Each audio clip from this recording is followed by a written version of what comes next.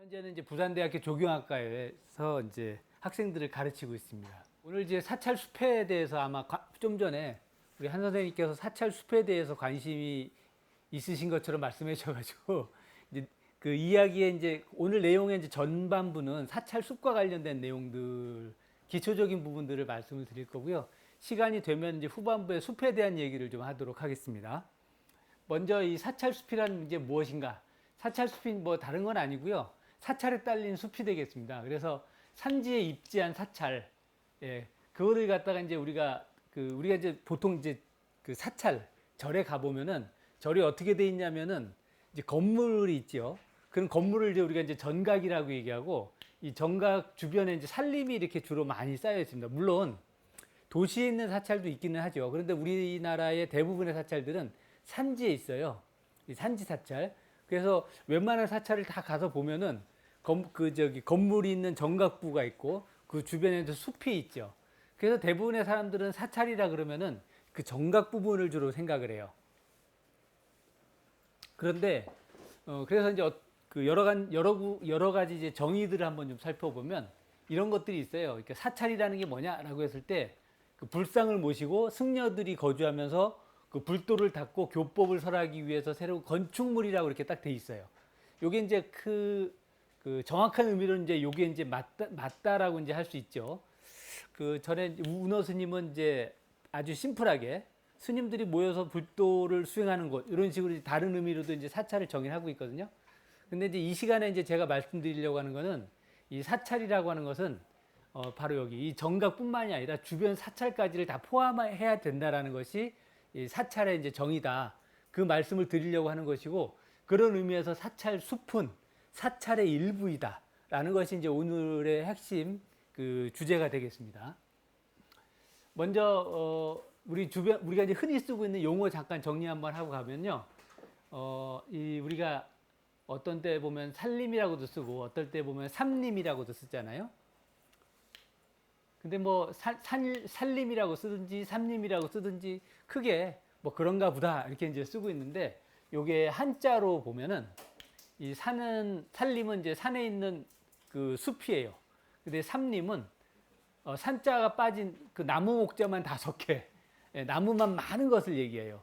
근데 이걸 갖다가 이제 그 영어로 이렇게 번역을 해보면은 얘도 포레스트고 얘도 포레스트예요. 얘도 포레스트. 그러면은 어떨 때 살림을 쓰고 어떨 때 삼림을 써야 되는지 약간 헷갈릴 수가 있거든요. 근데 일반적으로 그 살림이라고 하면은 말 그대로 산에 있는 숲이에요. 산에 있는 숲. 그래서 그 조선왕조 실록을 갖다 이렇게 검색을 해봅니다. 그래서 이 두 글자를 이렇게 집어넣어 가지고 조선왕조 실록에 이 글자가 얼마나 많이 나오는가 이렇게 검색을 한번 해보면 이 조선왕조 실록에는요, 이 살림이라고 하는 것이 무려 이제 804건 나와요. 그러니까 이제 거의 우리 조상들은 이 용어를 썼다는 얘기가 되는 거고요. 이 삼림은 한두 번 나오는데 그게 오타인 것 같아요. 오타로 이제 나오는 경우가 많이 있습니다. 그래서 이게 이제 이걸 정리를 하면 뭐냐면 우리들의 그 인식의 숲이라고 하는 것은 이 평지에 있는 숲은 별로 없어요. 그러니까 평지는 사람들이 거주해야 되고 농사도 짓고 하는 그런 공간이고 숲은 어디냐면 항상 산에 있는 거예요. 왜냐하면 산은 우리가 이제 개척하기가 힘들기 때문에 항상 가면 숲이 있는 거죠. 그래서 우리 인식 속에는 숲이라고 하는 것은 산림이라고 이렇게 쭉 못 박아놨어요. 근데 이제 유럽이라든지 아니면은 이제 아메리카 북미 대륙이라든지 이런 데 가보면은 거기는 평지의 숲이 있어요. 그렇기 때문에 마운틴 포레스트 이런 개념이 아예 없이 나무가 많기 때문에 그냥 포레스트인 거예요. 근데 그걸 갖다가 이제 그대로 이제 옮겨버리게 되면, 삼림이라는 용어가 되는 거죠. 산자가 이게 빠져나가는 거예요. 그래서, 근데 여기서 한 가지 더 덧붙이면은, 그래서 이제 삼림이라고 하는 건 뭐냐면 나무가 많이 모여있는 숲을 얘기를 하는데, 일제시대 때, 요즘 우리나라하고 일본 관계가 이상하죠. 예, 근데 그 일제가 이제 우리나라를 갖다가 이제 점점 강점하기 위해서 조금씩 절차를 밟아오면서 1908년에 이제 우리나라 그러니까 그에다가 이제 법을 처음 만듭니다. 그러니까 일본이 이제 일제 강점기 1호로 만든 법이 뭐냐면 바로 삼림법이에요. 삼림법. 그걸 무려 한일합방 이전인 1908년에 제정을 합니다. 그러면서 이 용어가 처음 쓰게 되는 거예요. 그러니까 우리는 그동안 산림이라는 용어를 쭉 써왔는데 일본 애들이 자기네들이 쓰는 용어를 가져다가 이제 처음 요 부분을 만들어 놨어요. 물론 일본이 이제 이 삼림이라는 용어를 갖다가 이제 처음으로 만든 이유는 그 우리나라를 이제 병참 기지화 해가지고 숲이 많으니까 그 나무를 갖다가 이제 그 약탈을 해가지고 그걸 바탕으로 해서 이제 그 대륙으로 진출하기 위한 그런 명목으로 이제 이걸 갖다가 이제 만든 것이거든요. 그래서 이제 정리를 하면은 같은 포레스트라고 해도 우리들은 항상 산림이라는 용어를 썼었다. 그래서 국가기관도 산림청이고요. 이제 대학에 가도 이제 산림자원학과가 있어요.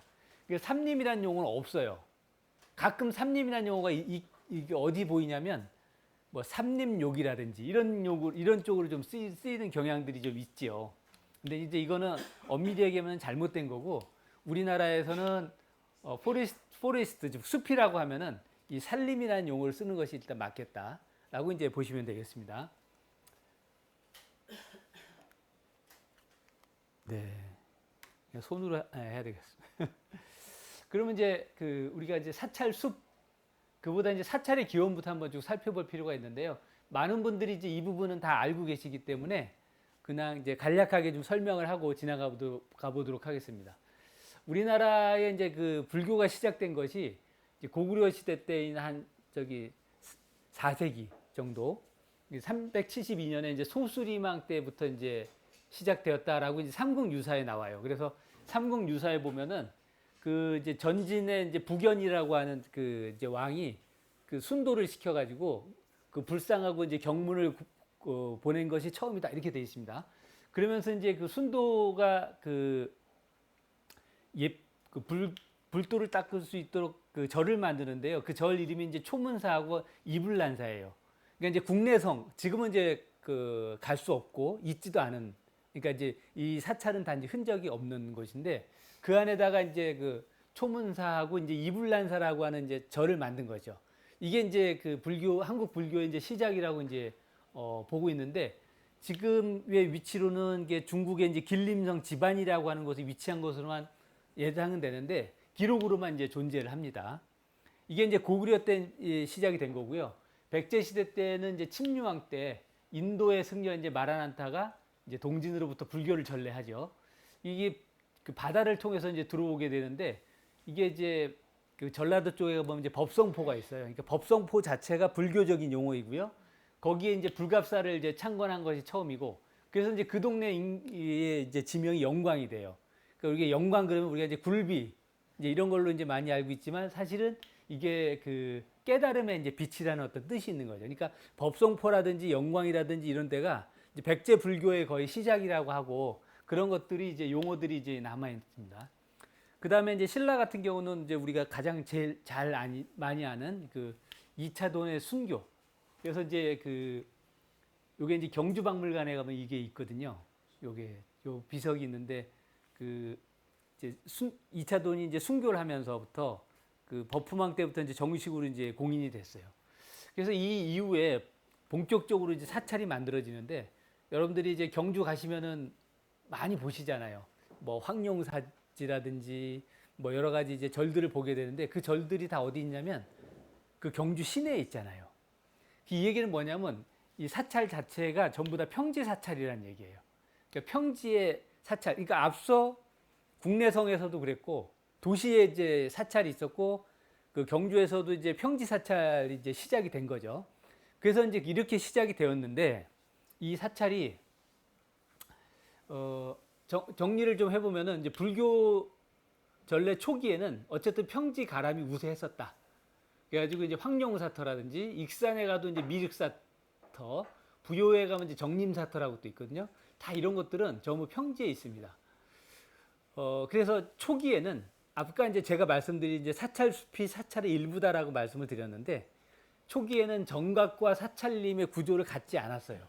그러니까 이제 당연히 이제 사람들이 많이 거주하는 곳에 있다 보니까 그 말하자면 지금으로 따지면 서울이나 부산의 한가운데 이제 절이 생겨나기 시작했던 거죠. 근데 이게 언제부터 산으로 갔을까? 네, 보면은 이제 여기 통일신라, 그다음에 고려 초기부터 이 절들이 산으로 갑니다. 이게 산으로. 그 이제 산으로 이제 가게 되는 까닭이 뭐냐면 대표적으로는 이제 그 풍수지리의 논리가 그 가장 주요하게 작용을 해요. 그래서 그 이제 그 태조가 그러니까 아마 이제 그 신라 말부터 이제 그 고려 시대 이제 요때에 뭐든지 이렇게 흥하면 부작용들이 좀 생겨나요.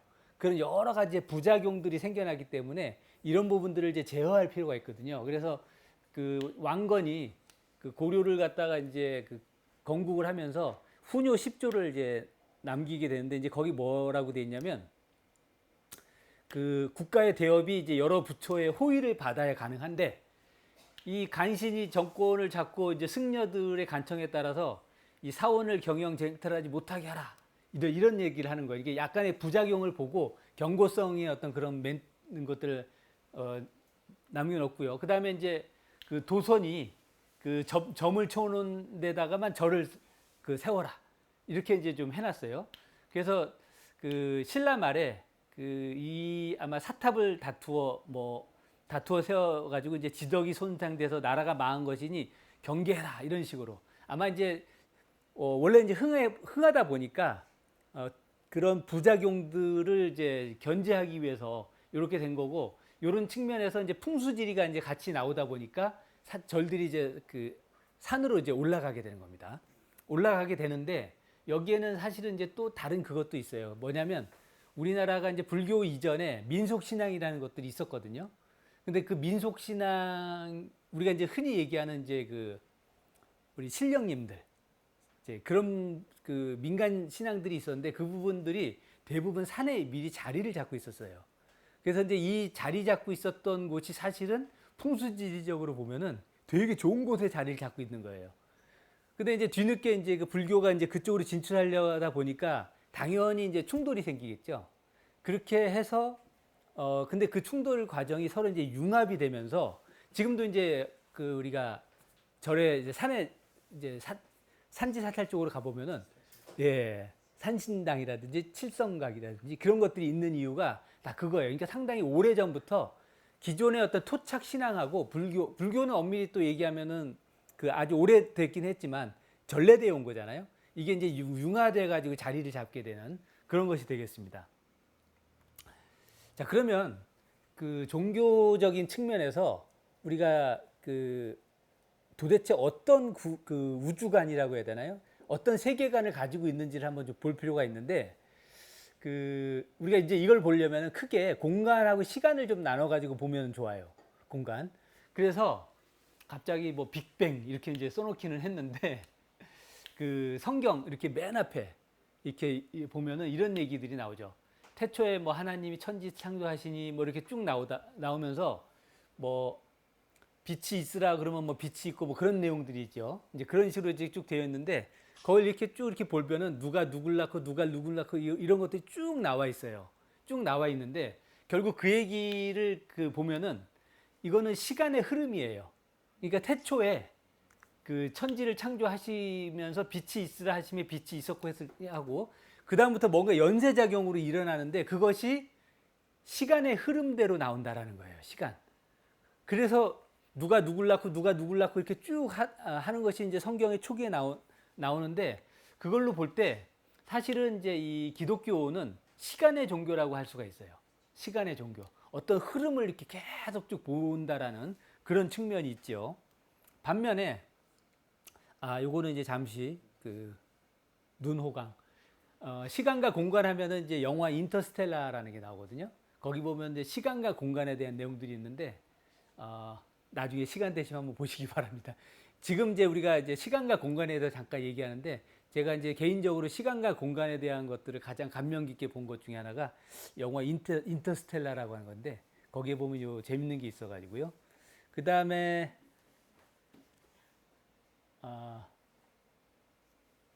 여기 지금 그 그림이 4컷 있는데요.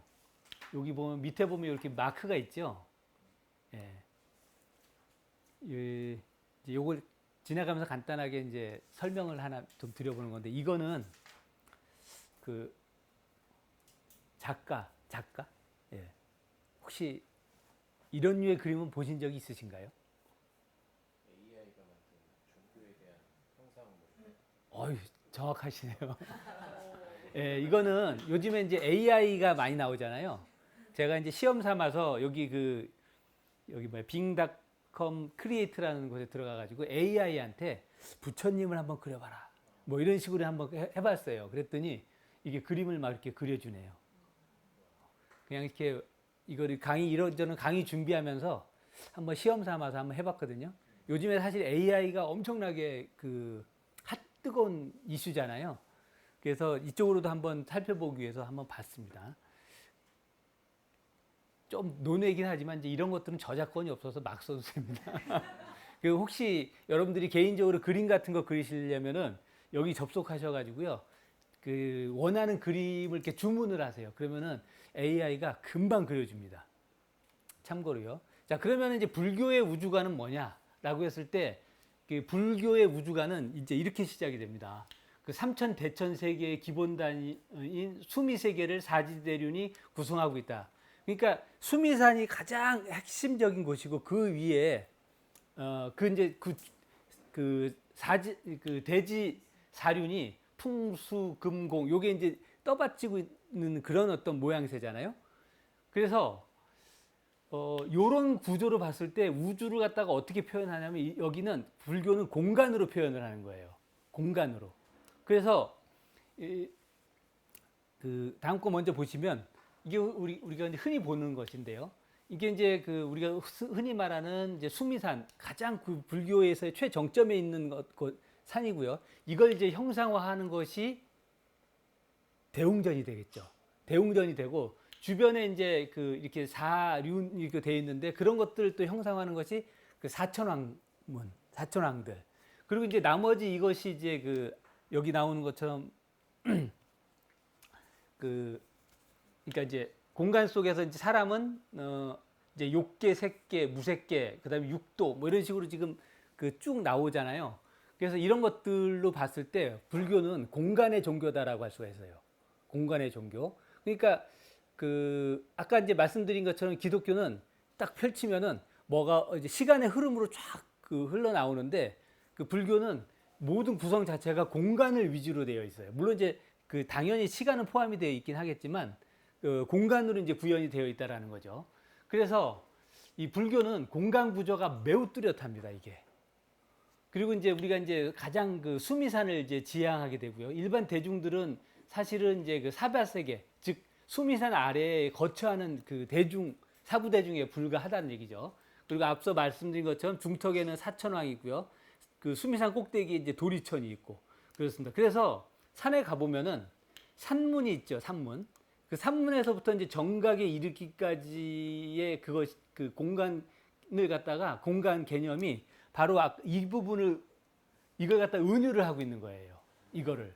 그래서 여러분들이 이렇게 가면은 이것이 이제 흔히 얘기하는 전통 사찰의 구조다라고 말씀을 드릴 수가 있고 그런 의미에서 우리 사람들 그러니까 일반 대중이 거처하는 이 사지 대륜이 바로 사찰숲이 되는 겁니다.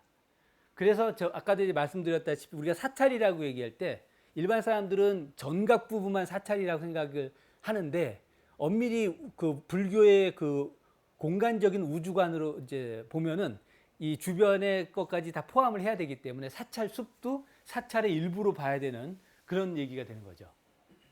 그래서 우리가 이제 해인사 이렇게 딱 가보면은 안으로부터 이제 우리가 일주문부터 뭐 불이문 지나서 사천왕문 그다음에 마지막으로 이렇게 가잖아요. 그래서 이제 처음에는 이제 아무 생각 없이 이제 가다가 일주문 지나가면서 이제 몸을 경건히 하고 그다음에 이제 사천왕문 지나가면서 다시 한번 또 우리가 예를 드리고 그다음에 맨 마지막에 가보면은 우리가 가장 높은 단계에 올라서는 거예요. 그래서 가면서 우리가 스스로 이제 경건하게 이렇게 이제 쭉 가는 거죠. 근데 유럽이라든지 이런 성당이라든지 교회라든지 이런 보면 그냥 문 열고 들어가면 바로 저기 그들의 이제 예배 공간이 나오잖아요. 그래서 이 불교는 위계가 있다라고 얘기를 해요.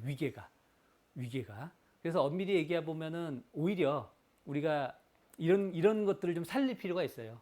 그래서 요즘에 이제 시대가 많이 자유로워졌는데 사실은 유럽의 이제 성당이라든지 이런 데 가보면은 기본적인 거는 욕을 합니다. 예를 들면은 선글라스 벗어라, 모자를 벗어라 이런 것들을 얘기하거든요.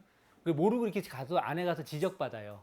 근데 우리 같은 경우에는 뭐 슬리퍼도 신고 가고 반바지도 입고 막 가고 막 자유롭잖아요. 뭐 선글라스 써도 괜찮고 그런데 약간은 이제 우리가 이 공간적인 위계라든지 어떤 그 신성한 공간으로의 이제 그 진입이라든지 이런 것들을 고려해 가지고 예를 갖추는 것들을 좀 할 필요는 있겠다.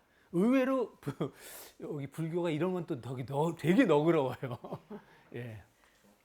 그냥 한번 그 늘 접하시지만 이런 관점에서 한번 생각을 해보시라고 말씀을 드리는 겁니다. 그래서 이제 이런 데 가서 보시면은 아, 내가 이제 점점 그 위계를 축을 따라서 높은 위계로 나아가는구나. 그것이 신성한 공간으로 가는 것이구나.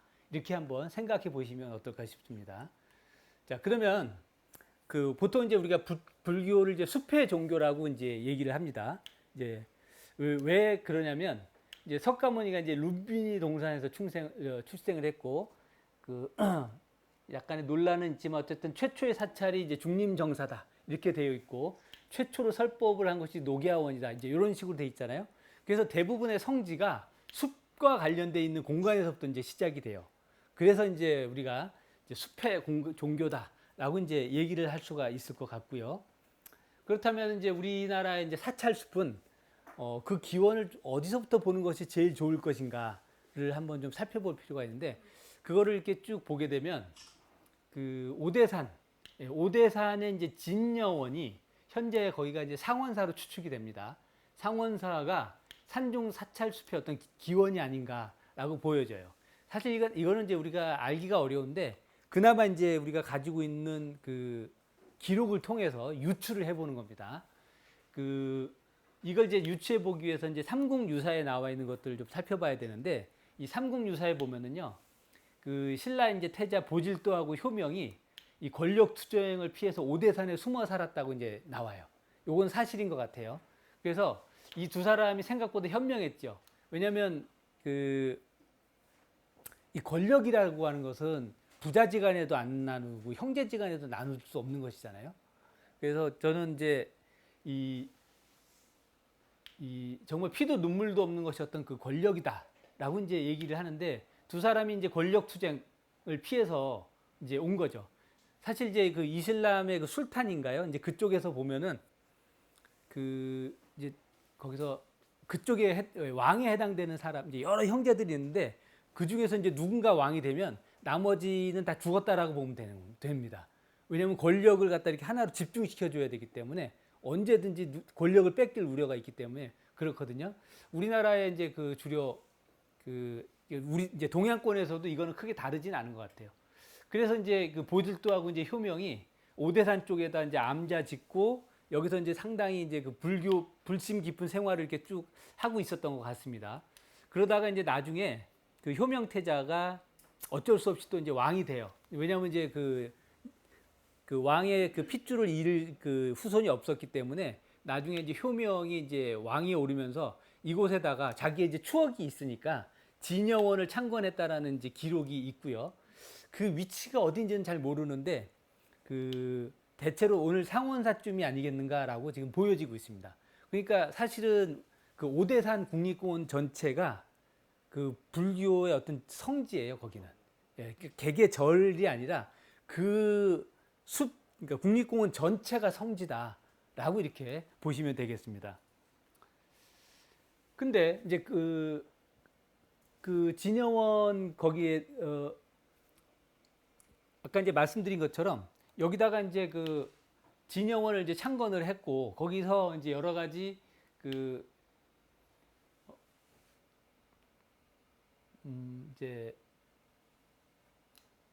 이제 진여원이죠. 이제 그 성도강 요때 이제 진여원을 고쳐 세우고 그 다음에 이제 여기서 여러 가지 그 활동들을 하게 되는데 사실은 이제 활동을 하려면은 뭔가 그 동력이 있어야 돼요. 이제 동력이라는 것이 우리가 뭐 먹고 살려고 다 뭘 한다 이런 식으로 이제 표현하듯이 기도를 하려고 해도 뭐 뱃속에 뭐가 든든해야지 뭐 그 기도도 하고 그런 거 아니겠어요? 이제 그런 것처럼 이것이 이제 유지되게 하기 위해서 여기 그 지금은 어딘지 이것도 좀 찾아봐야 되는데 이 진여원으로부터 한 그 6,000보 한 5, 6km 이제 떨어진 곳에다가 은의점하고 이제 고이원 여기에 시지 하고 이제 밤나무 뭐 이런 식으로 이제 그 땅을 여기다 하사를 해요. 이제 이건 이제 뭘 뜻하냐면 여기 이제 그 진영원을 갖다 이제 유지하려면은 이제 그 예산이 필요한데 먹고 사는 어떤 그런 것들이 필요한데 그런 어떤 것들을 그 공급해주기 위해서 그 이 거기다가 이제 은의점하고 이제 고이원에다가 고이원을 하사한 거죠. 그래서 거기서 이제 생산되는 걸 갖다 먹고 필요한 걸 팔아서 이제 생활할 수 있도록 이제 유지시키는 건데 이게 이제 우리나라 사찰 숲의 기원이다라고 이제 보는 것이 거의 맞는 것 같습니다. 그래서 곳곳에 이제 이런 것들이 좀 남아 있는데 그 조계산 그 송광사 사고 산림부에 가 보면은 그 진여원의 사를 이제 토대로 해가지고 각 국가가 사찰에다가 그 사폐지를 줘요. 그러니까 땅을 계속 주는 겁니다. 사찰에다가 이제 땅을 주는 거예요. 이게 땅을 주게 되는 거는 이제 여러 가지 그 미션을 줬다라고 보면 돼요. 그냥 이뻐서 주는 게 아니고 예를 들면은 우리 조정과 나라를 위해서 기도를 하라라든지 아니면 누구를 위해서 뭘 하라든지 이렇게 미션을 주는 거예요. 왕실에서. 근데 미션만 주면 안 되잖아요. 먹고 살 수 있도록 해줘야 되잖아요. 그래서 이제 땅을 같이 주게 되는데 그 땅이 논밭이거나 이제 산림이거나 이제 같이 해가지고 주게 되는 거죠. 그래야지 이게 운영이 되는 거죠. 그래서 고려시대 때 보면은 이제 왕실에서 엄청나게 많은 땅을 갖다가 그 하살하고 근데 신도들도 땅을 갖다 많이 이제 주게 됩니다. 그래서 대규모 이제 토지를 확보를 하게 돼요. 근데 우리나라의 3분의 2가 산이잖아요. 그러다 보니까 이제 산도 많이 이제 됐고요. 그렇습니다. 그리고 이제 특히 이 사찰에 대해서는 면역의 어떤 특권 같은 것들을 주게 되죠. 그러다 보니까 이 사찰이 엄청난 부를 축적을 하게 되고 부와 더불어 권력을 갖게 됩니다. 그래서 우리가 이제 그 고려 말에 여러 가지 이제 그 또 다른 이제 불교의 부작용이 거기서 심각하게 이제 일어나고 이것이 나라가 바뀌는 일까지 이제 생기게 된 거죠. 그러면서 이제 태조 이성계가 이제 들어오면서부터 억불숭유 정책을 하면서 그 불교가 이제 급격한 이제 쇠퇴 위기를 맞아요. 그래서 그 사원에 줬던 것들도 이제 다 환수를 한다든지 이렇게 했었습니다. 그런데 재밌는 거는 조선 왕실은요 오히려 그 자기네들만 그러니까 백성들은 절에 가지 마라 이렇게 해놓고서 자기네들만 절에 가는 거예요. 그 자기네들이 이제 그 절에다가 이제 땅을 내려주고 그러니까 왕실의 그 종교가 돼버리는 거죠. 그래서 이 의외로 조선 왕조 실록에 보면은 사찰에다가 땅을 하사했다는 기록이 되게 많습니다. 요게 그것이 지금까지 이렇게 쭉 이어져서 오늘날에 이르렀다. 그래서 왜 이렇게 절은 땅이 많은가? 이제 이런 얘기들을 이렇게 이제 궁금증을 가진 사람들이 많이 있는데 이런 이제 연유 때문에 이제 그런 거죠.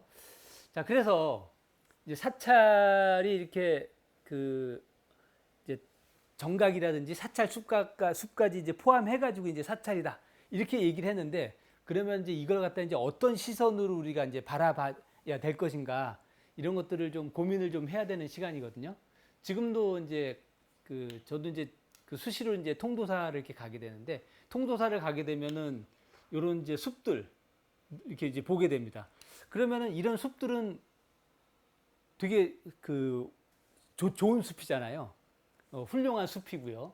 근데 생각을 해보면은 아니 숲은 국토의 3분의 2가 숲인데 유독 사찰 주변에 가보면 숲이 좋아요. 그리고 이제 그 종교 생활을 위해서만 사찰을 가는 게 아니고 사실은 자연을 만나러도 사찰을 가는 거예요.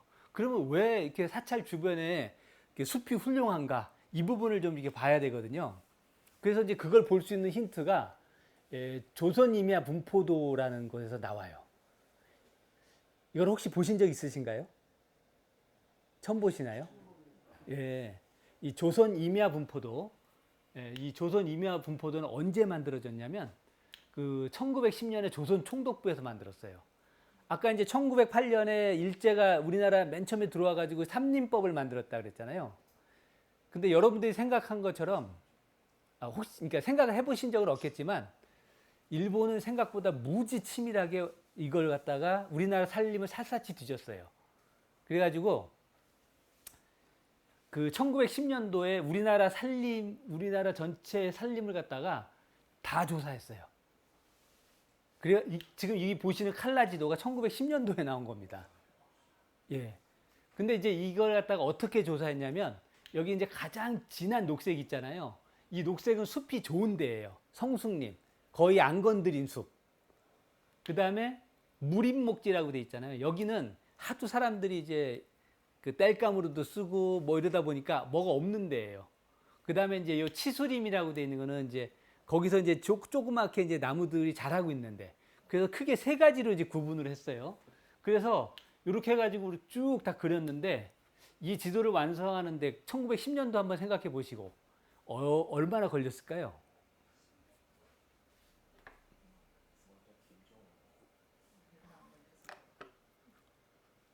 한 달 만에 완성한 겁니다. 한 달 만에. 물론 이제 좀 자세히 근데 이제 우리가 이걸 갖다 약간 칼라를 강하게 해가지고 한번 보잖아요. 그러면은 요 좋은 숲이 주로 어디냐면 여기 많이 있죠. 예, 근데 남쪽으로 내려오면은 거의 없죠. 그래서 이 주요한 지역을 빼고는요, 우리나라 이 살림은 거의 헐벗었다. 그래서 가끔씩 조선시대, 그러니까 1900년대 초의 사진들을 보면 그 배경을 보면 산에 나무가 없어요. 대부분. 이 한양은 뭐 말할 것도 없고 대부분. 그래서 진하게 남아있는 곳이 그나마 그 당시부터 살림이 좀 좋았던 그런 곳이에요. 그래서 근데 이제 이 재밌는 거는 이 조선 임야 보도를 어디서 찾아냈냐면은 그 일본의 도서관에서 찾아냈어요. 그러니까 이제 요즘에 이제 인터넷이라든지 이런 것들이 많이 되니까 일본의 이제 도서관에서 이런 것들 갖다가 이제 그 디지털 아카이브로 이렇게 만들어 놓은 거예요. 그래가지고 이렇게 그 자기네들이 이제 우리는 이런 자료를 가지고 있다 이렇게 해놨는데 이제 사람들이 이제 우리나라 사람들이 이렇게 관심 가지고 막 도서관이라든지 이런 데 뒤지다 보니까 이게 나온 거예요. 뒤늦게. 이게 나온 지가 그렇게 생각보다 오래되진 않았습니다. 그래서 이제 보시면은 크게 그 북쪽은 거의 그 백두산이라든지 여러 가지 그 이제 산악 지형이 이제 험하다 보니까 그 의외로 이제 좋은 숲들이 많이 남아 있었지만 지금 아래쪽으로 보면은 거의 뭐 별로 없습니다. 이렇게 만든 이제 이걸 조사하는 이유는 아까도 말씀드렸다시피 인목 반출하기 위해서 그렇습니다. 그래서 이 그 강원도 쪽이 이제 숲이 좋잖아요. 근데 이제 강원도 쪽에 또 우리가 잘 아시겠지만 이제 지형이 험하단 말이에요. 지형이 험한데 거기서 이제 나무를 갖다가 이제 베어가지고 그걸 갖다가 이제 그 끄집어 내오려면은 너무 상황이 안 좋아요. 그래서 이제 철도를 갖다가 이제 이게 내게 됐는데 우리나라 숲 중에서 제일 유명한 숲이 그 울진 금강소나무 숲이잖아요. 그래서 이 금강소나무 숲을 갖다가 딱 베가지고 그걸 실로 보내야 되는데 그 역을 어디다 만드냐면은 지금의 춘향에다가 만들어요. 그 당시에. 그래서 그 금강소나무를 베가지고 춘향으로 가져가서 거기서 이제 나무를 실어 보내다 보니까 그 나무를 받는 곳에서는 이 좋은 소나무가 어디서 왔냐고 물어보게 되죠. 그러면 이거 춘향에서 왔다 그래요. 그래서 그 당시부터 이제 그 금강소나무를 갖다가 춘향목이라고 이렇게 부르게 되는 이유가 이제 그렇게 되는 거죠. 그 여담이지만 그 이런 식의 그 조사를 할 때 그 대표적인 사람이 이제 그 나카이라는 사람이에요. 일본의 식물학자인 나카이라고 하는 사람이 전국을 샅샅이 뒤져요. 샅샅이 뒤지면서 자기가 이제 식물학을 하다 보니까 이거 일본에서 못 보던 것인데 그러고 이제 우리나라에서만 있는 것들을 많이 발견을 해요. 그래가지고 그걸 갖다 학계에다 보고를 해요. 내가 이제 미기록종 신종을 발견했다 그러고 많이 보고를 하고 거기 뒤에 자기가 거기다 이름을 붙여요. 그래서 이름 뒤에 이제 나카이가 붙어 있는 경우들이 상당히 많습니다. 자, 그래서 그래서 이걸 갖다 이제 확대를 한번 해봤어요. 이제 확대를 한번 해서 쭉 보면은 이게 실제로 거기 원도거든요. 원도인데 이걸 갖다 여기는 이제 제가 있는 곳인데 여기 이렇게 쭉 보면은 아까 말씀드렸잖아요. 지금 보시면은 다시 한번 우리 공부 한번 딱 하고 여기 보면 노란색이 나무가 없는 데지요. 그 다음에 조금 이제 이 나무가 자라려고 하는 데가 요 핑크로 돼 있고요. 녹색이 숲이 좋은 데잖아요. 요걸 머릿속에 넣어 두시고 한번 보세요. 그러면은 지금 여기 진하게 남아 있는 곳이 숲이 좋은 숲이잖아요. 예. 근데 거기 보시면은 이렇게 동그라미 이렇게 쳐놓은 데가 있죠. 한결같이 뭔가요? 절이에요. 절. 그러니까 지금 이렇게 노란데 핑크 이런 데들은 거의 헐벗은 그런 땅이고요. 지금 남아있는 곳이 전부 다 사찰이에요. 사찰. 왜 사찰? 여기가 이제 표충사입니다. 표충사. 여기가 이제 통도사고요. 아까 보셨던 그 통도사, 표충사, 그 다음에 여기는 성남사. 지금 이 일대가 이제 가지산 도립공원이거든요. 가면 숲이 되게 좋거든요. 예, 그 이유가 일제시대 때부터 건드리지 않았다라는 거예요. 왜 못 건드렸냐면은 여기 사찰 땅이었거든요. 사찰 땅이었기 때문에 건드리지를 못한 거예요. 그러니까 앞서 우리가 그 사찰이 왜 숲을 갖게 됐는지를 이제 알게 됐는데 그냥 갖게 된 것이서 그친 것이 아니고요. 거기 계신 스님들이 산감이라고 하는 제도를 만듭니다. 그래서 산을 갖다가 지키라고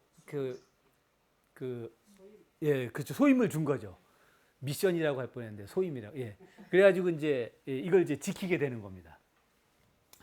보시면은 여기 성남사, 표충사, 통도사. 그래서 이제 요게 통도사의 옛날 사진이거든요. 이제 보시면은 지금도 이 통도사 부분에 보면은 이제 그런 침엽수 같은 것들이 남아 있고 뒤쪽에 보면 활엽수 같은 것들이 그대로 지금 이제 남아 있는 것이 그 당시 1900년대에도 건드리질 않았어요. 그러니까 얘네 일제 시대 때조차도 이걸 건드릴 수가 없었다. 이제 이렇게 이제 보시면 될 것 같고요. 반면에 이제 제가 사는 밀양이거든요. 산에 가보면 대체로 이렇게 헐벗어 있어요. 예, 이런 형태로. 그러니까 사람들이 많이 사는 곳은 영향력이 없는 곳은 지금 이제 이런 형태로 지금 되어 있는 것이죠.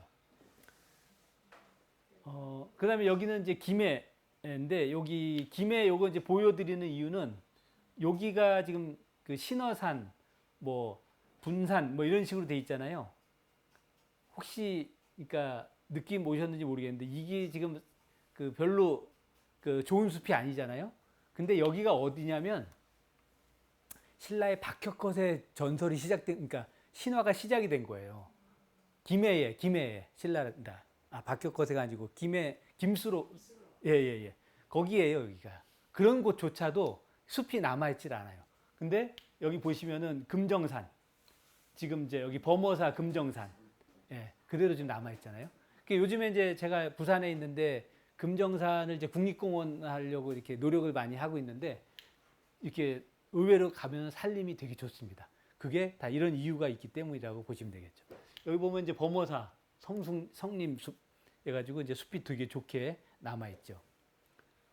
여기가 이제 오대산 월정사입니다. 그 오대산 월정사 아까 우리가 그 봤는데 지금 오대산도 보시면 여기 사찰을 중심으로 해가지고 이렇게 좋은 숲들이 남아 있어요. 그러니까 아까 정리를 하자면 남한 쪽에 보면은 그 좋은 숲이 남아 있는 곳이 별로 많지가 않았는데 그 대부분은 전부 다 사찰이 자리 잡고 있는 곳이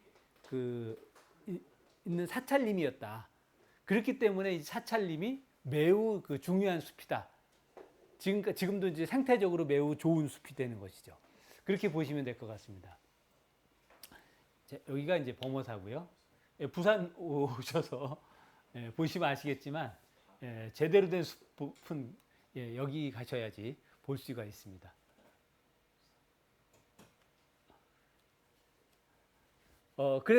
그러면 이제 이런 그 사찰림들을 누가 지켜왔는가? 아까 이제 우리가 그 상감의 소임에 대해서 이제 얘기를 했는데요.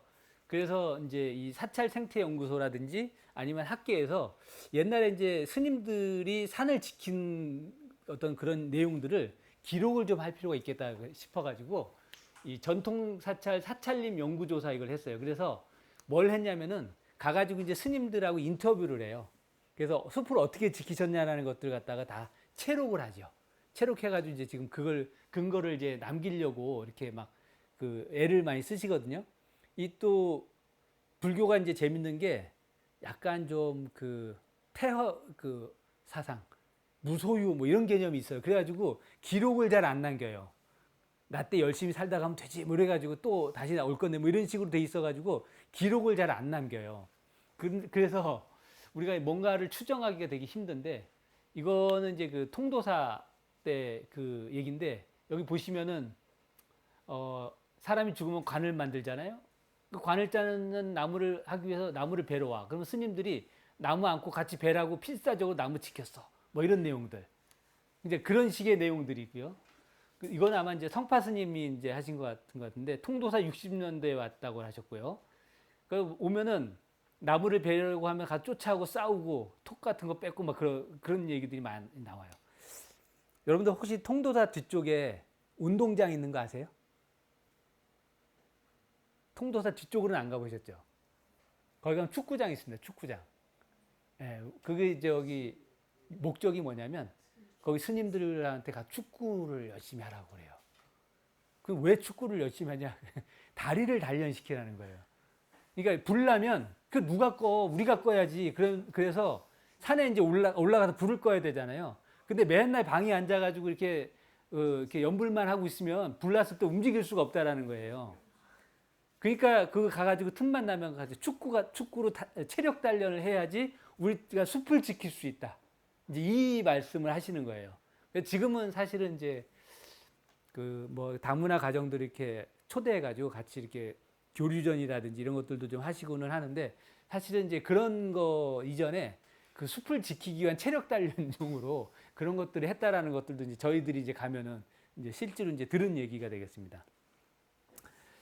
그 이제 덧붙여가지고 이제 조선시대 이제 산림 정책을 한번 좀 살펴보면은 우리나라가 조선시대 때 같은 경우는 이제 사실 우리가 얻을 수 있는 자원이라는 것이 뻔하잖아요.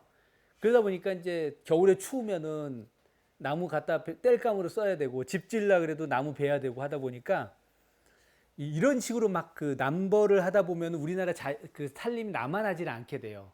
그래서 그 금산 정책하고 봉산 정책을 하게 됩니다. 이게 그러니까 금산하고 이제 봉산이 뭐냐면 나라에서 어떤 필요한 어떤 목재 같은 것들이나 이런 것들이 있을 수 있거든요. 그러면 이런 것들을 조달하기 위해서 그 일종의 그 보호구역처럼 만들어 놓은 거예요. 출입 제한 지역을 만들어 놓은 거예요. 그것이 이제 금산이고 이제 봉산이거든요. 그래서 그 대표적인 것들이 이제 주로 소나무인데 이제 해안가 가보면 우리가 이제 소나무림 많이 보잖아요. 그 소나무림을 갖다가 이제 그 일부러 유지를 했던 이유 중에 하나는 뭐냐면 외구들이 쳐들어오면은 항상 그 해군이 그 거기서 대기하고 있을 수가 없어요. 그러다 보니까 왜군들이 쳐들어오게 되면은 그거에 대한 대응하기 위해서 배를 만들어야 되는데 그 제대로 된 나무들을 갖다가 이제 잘라가지고 이걸 가지고 여기까지 와가지고 바닷가까지 옮겨와가지고 배를 만들려면 힘들어요. 그렇기 때문에 그 병참기지 형태로 바닷가에 숲을 남겨놔야 됩니다. 그래서 이제 이런 얘기들이 나와요. 그래서 여기 보면은 그 병선제 확보하도록 노력해라 이런 식으로 해가지고 놔둔다라든지 이런 것들이 좀 남아 있고요. 그렇습니다. 그리고 이제 이 봉산제도를 이제 두게 되는데 이 봉산이라고 하는 걸 한자로 풀이를 해보면은요 산을 봉해버리는 거예요. 우리가 봉이 난다라고 얘기하잖아요. 그러니까 저 산이 있는데 저 산을 봉해버려요. 아무도 못 들어가 이런 식으로. 예, 그래서 그런 것들 많이 만들어놨는데 그 봉산의 종류가 이제 뭐가 있냐면 태봉, 왕이나 왕비의 능묘를 보호하고 포의, 그러니까 태아를 싸고 있는 막과 태반을 매장한 곳. 그래서 그런 봉산, 그다음 황장봉산은 이제 유명한 금강소나무림. 예, 요게 이제 그 황장봉산이고요. 그다음 율목봉산, 제사 지내기 위해서. 그다음에 송화봉산, 그다음에 향탄봉산. 이거 다 그 제사와 관련된 것들이에요. 이제 이런 형태로 이제 봉산 제도를 이제 두게 되는 거죠.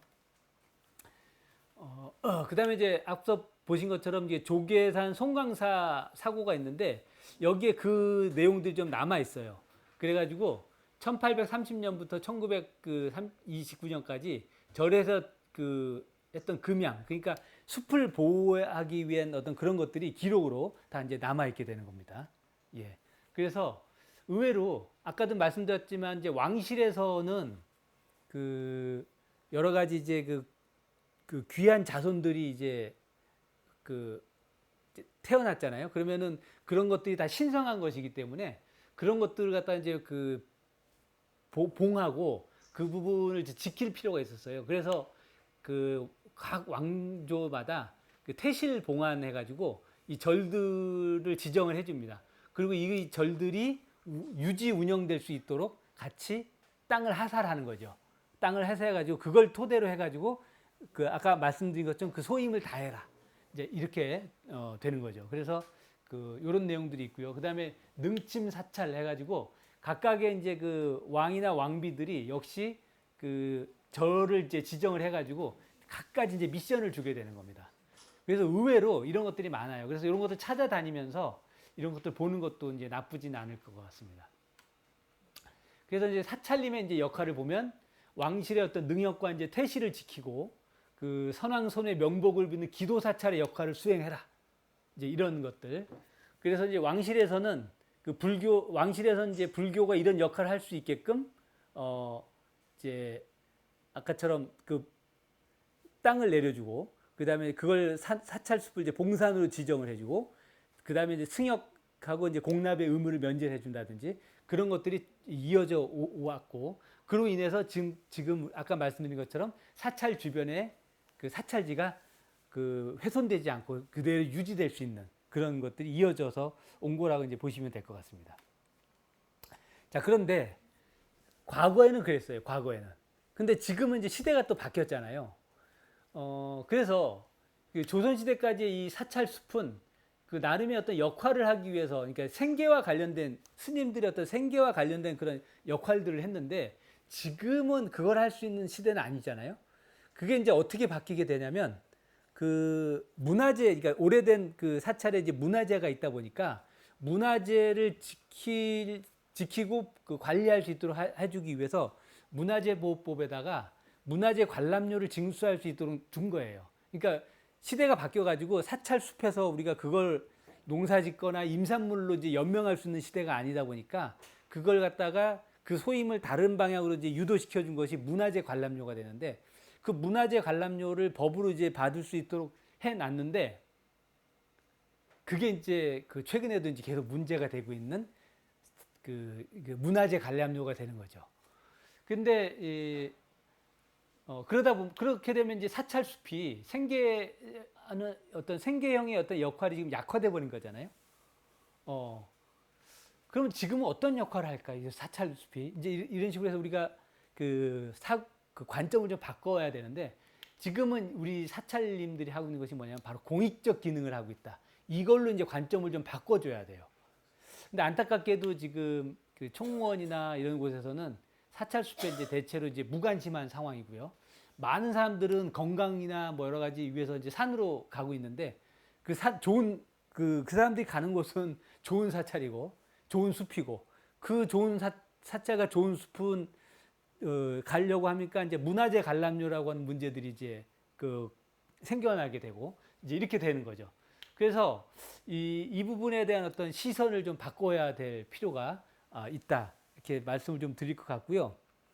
그래서 여러분들이 이제 뉴스로 흔히 보는 거죠. 천은사 이제 사찰 입장료 폐지라든가 아직도 이제 신흥사 이쪽은 계속 문제가 지금 되고 있는 걸로 알고 있는데 많은 것들이 이제 문제들이 조금씩 생겨나고 있는데 결국에는 이제 이런 것들은 시대적으로 우리가 겪어야만 되는 일들이라고 좀 생각이 됩니다. 그 앞서 이제 우리가 그 되게 내용은 간단하죠. 이 사찰님이 사찰의 일부이고 그 다음에 이제 절의 생계 유지에 되게 큰 도움을 줬다. 이게 이제 우리 전반부의 얘기라면은 후반부는 뭐냐면 이제 이 사찰님이 인류를 그 살리는 데 역할을 하고 있다. 전 세계 인류를 살리는 데 역할을 하고 있다. 그런 부분으로 이제 초점을 맞추어서 보시면 될 것 같아요. 그래서 우리가 이제 그걸 뭐라고 하냐면은 이제 공익적 역할이라고 얘기하거든요. 사실은 우리가 그 산에 있는 나무가 그냥 거기 있는가 보다라고 생각하지만 산에 있는 나무들도 다 지금 이 시간에도 끊임없이 일을 하고 있어요. 보시면은 이제 탄소도 고정시키고 있고요. 산소도 만들어내고 있고, 대기도 정화시키고 있고, 수자원도 함양시키고 있고, 많은 사람들에게 이제 여감이 휴양 공간도 제공을 하고 있고, 그다음 무엇보다도 생물 다양성 유지 이런 것들을 하고 있거든요. 그래서 이걸 갖다가 우리가 이제 간단하게 얘기해 가지고 공익적 기능을 한다 이렇게 얘기를 합니다. 이거는 다 들은 얘기예요. 근데 이게 뭐 그렇게 중요한가라고 생각을 까지는 우리가 생각이 좀 못 미치는 경향들이 있어요. 그러면은 이 역할들이 상당히 중요한데 그게 왜 이 시점에서 왜 이렇게 중요한가라는 걸 잠깐 좀 말씀을 드리려고 해요. 그래서 요즘에는 이걸 갖다가 이제 공익적 기능이라고 안 하고요. 생태계 서비스라는 용어를 써요. 생태계 서비스. 그래서 지금 우리 주변을 잠깐 이제 둘러보면 아마 지금 그 불교 환경 연대의 취지하고도 좀 맞는 어떤 그런 것이 아닌가 이렇게 좀 생각이 되는데 지금 전 세계가 진작에 80억 인구를 넘겼죠. 예, 그 지구가 이제 품을 수 있는 용량을 지금 거의 다 채워나가고 있습니다. 그러다 보니까 화석 연료라든지 이런 것들 막 떼다 보니까 지금 급격한 기후 변화 시기를 맞고 있습니다. 근데 우리나라 사람들은 의외로 또 기후 변화에는 둔감해요. 왜 그러냐면 우리나라는 사계절이 있잖아요. 그럼 덥다 춥다 뭐 이 극과 극을 항상 오가다 보니까 뭐 늘 그러려니 그렇게 생각을 하는데 제가 이제 사실은 작년에 미국에 1년 동안 연구년으로 있었어요. 그래서 미국 동부를 이렇게 쭉 가봤는데 그쪽에 이제 버지니아 쪽을 가봤는데 거기 버지니아 바닷가는 해수면 상승이 지금 현실적인 문제가 되고 있어요. 그래서 이렇게 바닷가 쪽을 이렇게 가다 보면 길이 하얗습니다. 뭐냐면 소금이에요. 바닷물이 이제 올라와가지고 점점 사람들이 정원이라든지 이런 데가 잠겨버리는 거예요. 이런 문제들이 있고 그래서 그 동네의 이제 지역 주민들이 이걸 어떻게 해야 될 것인가 해가지고 이제 NGO 같은 것들 만들어서 막 대처하고 있고 이런 일들도 많이 있습니다. 그러니까 그 사람들에게는 현실적인 문제예요. 이런 기후의 해수면 상승이라든지 이런 것들이. 근데 그 안에서도 또 좀 아이러니죠. 이제 제가 조경학과에 소속돼 있거든요. 그래서 이제 버지니아 공대 이제 조경학과 학생들이랑 이제 답사를 갔는데 그 학생들은 기후변화는 기후변화이고 일단 그 바닷가에 인접해 사는 사람들이 그 정원이 자꾸만 바닷물이 침수돼 가지고 식물이 죽어가는 거예요. 그러면은 우리 생각에는 딴 데 이사 가거나 이래야 될 것 같잖아요. 근데 또 사람이 그러질 못해요. 그러다 보니까 그럼에도 불구하고 정원은 있어야 되니까 내염성이 강한 식물이 뭐냐 그거 가지고 이제 조경하는 이런 것들을 하고 있습니다. 참 재밌는 아이러니이기도 하죠. 그 다음에 지금 생태계 파괴 되게 심각한 문제고요. 어쨌든 그렇습니다. 그래서 지금 우리가 직면한 문제가 뭐냐라고 했을 때 그 세계적인 어떤 기후학자들이 모여가지고 그걸 9개를 추출을 했어요. 지금 우리에게 당면한 가장 큰 문제, 지금 기후 변화, 그 다음에 생물 다양성 손실, 그 다음에 토지 이용의 변화. 이 토지 이용의 변화는 우리가 자꾸만 이제 산을 깎아내고 거기 골프장이나 건물을 짓거나 이제 이런 문제들이 되겠고요. 그 다음에 이제 질소인에 의한 오염. 요거는 뭐냐면 농사를 짓는데 너무나 비료를 많이 투입하는 거예요. 그래서 생물들이 흡수할 수 있는 용량을 초과해가지고 그걸 투입하다 보니까 그것들이 바다로 흘러 들어가요. 그러면서 이제 부영양화라든지 여러 가지 큰 문제가 생겼죠. 우리나라는 여기 하나 더 있죠, 지금. 핵 오염수 뭐 이런 거. 그래서 사람들이 이제 알기 쉽게 만들어낸 건데 뭐냐면, 그러니까 여러 가지 문제점들이 있는데 그 한계선을 요렇게 그은 거예요. 그래서 요게 이제 지구가 견딜 수 있는 한계선이거든요. 그 지구가 견딜 수 있는 한계선이 요 검은 점선 안쪽인데 여길 넘어선 것들이 있어요. 예, 근데 그렇게 넘어선 위험들의 대표적인 것이 기후변화. 이건 이제 화석연료를 많이 뗐기 때문에 이제 이렇게 된 거고요. 그 다음에 이제 생물 다양성의 감소가 무지하게 심각합니다. 그리고 아까 말씀드렸다시피 요거 토지 이용 변화. 그다음에 아까 그 생지화학적 그 유량 이런 문제들. 요거는 이미 지구가 견딜 수 있는 것들을 일찌감치 넘어서 버렸어요. 그러면 이걸 갖다 이제 커버할 수 있는 방법, 그나마 이걸 갖다가 이제 커버할 수 있는 유일한 방법이 뭐냐라고 했을 때 그 대표적인 것이 기후변화 생물 다양성인데 이 부분을 그나마 이제 막아줄 수 있는 것이 산림이에요. 산림. 예. 그런 의미에서 아까 이 어떤 사찰숲 같은 경우에는 흔히들 이제 공익적인 어떤 역할을 한다라고 생각을 하지만 이 숲은 거의 지구를 살리는 마지막 보루다. 이렇게 지금 보시면 될 것 같습니다. 근데 이제 사람들은 그럼에도 불구하고 우리가 또 인간이 경제적 동물이잖아요. 좀 어떤 식으로 우리한테 기여하고 있는데 좀 보여봐. 이렇게 하다 보니까 이걸 갖다 이제 돈으로 이제 환산하기 시작을 합니다. 사람들이. 그래서 사찰립이 탄소를 고정하는데 그게 연간 어느 정도 금액이 되지? 뭐 이런 식으로 이제 막 그 산정하고 대기 정화하는데 어느 정도, 그 다음에 수자원 함량하는데 어느 정도 뭐 이런 식으로 했더니 농림부에서 2005년도에 했더니 한 20조 원 가까이 사찰숲이 이제 기여를 하고 있다. 이제 산림과학원은 조금 싸요. 한 1조 원 가량 정도. 뭐 이런 식으로 이제 경제적으로 막 표현을 하죠. 근데 이런 것들을 이제 아까 말씀드린 것처럼 그 생태계 서비스라고 이제 얘기를 하는데 그거보다는 아까 말씀드린 것처럼 지금 전 지구적인 위기에 우리가 지금 마지막으로 그 보루처럼 여길 수 있는 부분들은 현재는 숲밖에는 없습니다. 예를 들면 그러니까 지구 온난화라든지 기후 변화를 막을 수 있는 유일한 방법이 화석 연료를 절감하고 탄소 중립을 하는 것이거든요. 그러려면 이제 탄소를 갖다 이제 고정을 해야 되는데 과학자들이 현재까지는 탄소를 고정할 수 있는 방법을 다각도로 찾아봤지만 제일 좋은 거는 나무를 심는 거 외에는 지금 방법이 없어요. 그래서 이제 그거 가지고 이제 논란이 지금 되고 있는 거죠. 나무를 가지고 이제 탄소를 고정하려면 뭐 산림청 같은 경우에는 30억 그루의 나무를 심겠다. 이제 이렇게 얘기를 하고 있는데 30억 그루의 나무를 심으려고 하다 보니까 심을 데가 없잖아요. 그러니까 기존에 있는 나무를 베어내겠다. 베어서 거기다 심겠다라고 하는 거예요. 그러면 기존에 있는 나무를 벤다 그러면은 또 이제 방금처럼 야 그게 말이 되니 이렇게 하잖아요. 그러니까 탄소 고정의 효과가 제일 좋은 30년까지만 키우고 베겠다. 계속 그런 식으로 지금 얘기를 하고 있고, 또 한쪽에서는 아니다. 숲이 오래돼도 실질적으로 탄소 고정의 역할들을 계속 하고 있다. 막 이런 식으로 해가지고 이제